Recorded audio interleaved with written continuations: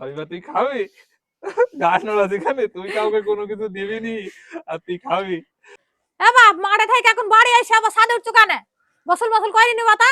এ দেখো সাইডে সার নিয়ে এসেছি মাঠ থেকে, সার সেটা দিলাম না হ্যাঁ আর ড্রাগন গাছের গোড়ায় দেব বলি। আর ওই দিক থেকে রাস্তা দিয়ে আসার সময় দেখা যাচ্ছে রাস্তার কল্পনায় তিনটি ড্রাগন ধরিল। হ্যাঁ ড্রাগন তিনটি একসাথে পেকে একদম লাল টুকটুকি হয়ে গেছে। তাই কি হয়েছে? নেইটাই আর উঠা যাবে না, ওইটা দেখা যাবে না। আবার সারে হাত দেবো গোসল টোসল করে ফের। তুমি দেখো পানি টিপি দিয়েছে গাছটার জন্য নিয়ে উঠতে পারছি নি। তো দেখো পানির বালতিটা আমার হাতে দাও দিনি। তাহলে আবার পানির বেলচে তুই দিতে হবে। হ্যাঁ দাও। তো না, ড্রাগন তিনটি পেড়ি নিয়ে আসি। বিসমিল্লাহ। পেড়ি নিয়ে এসে আর এই সার কটান দিয়ে আসি। ড্রাগন গাছে সার ছিটি নিয়ে এবার পানি দেওয়া হয়ে গেল। তো আসেন দেখে আপনাদেরকে ড্রাগন তিনটি কত সুন্দর পেকেছে। মাশাআল্লাহ, দেখেন ড্রাগন তিনটি একদম একসাথে পেকেছে আর পেকি পুরা লাল টুকটুকি হয়ে গেছে।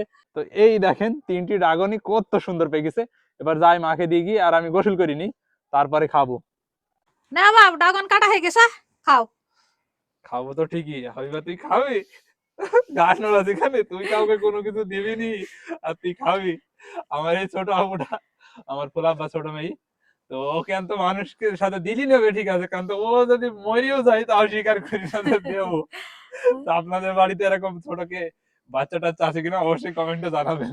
নে ধর ধর ধর। নাও মধু। বিসমিল্লাহ বলি মুখে দে। বিসমিল্লাহ। মজা। তোমরা তাও দুই ভাই বোন বসে খাও। তাও ঘাড়ে কথা কইছে, ও কথা কবে না, লজ্জা। এইভাবে বাড়িতে লাগানো গাছের ফল খাওয়ার মজাই আলাদা, যেটা বলি বোঝাইতে পারবো না। নিজ হাতে লাগিয়ে খাওয়ার যে একটা আনন্দ, সেটা কিন্তু ওই বাজার থেকে কিনে নিয়ে এসে পাওয়া যায় না। যারা এইভাবে লাগিয়ে খায় তারাই একমাত্র বলতে পারবি। কি ভাল লাগছে?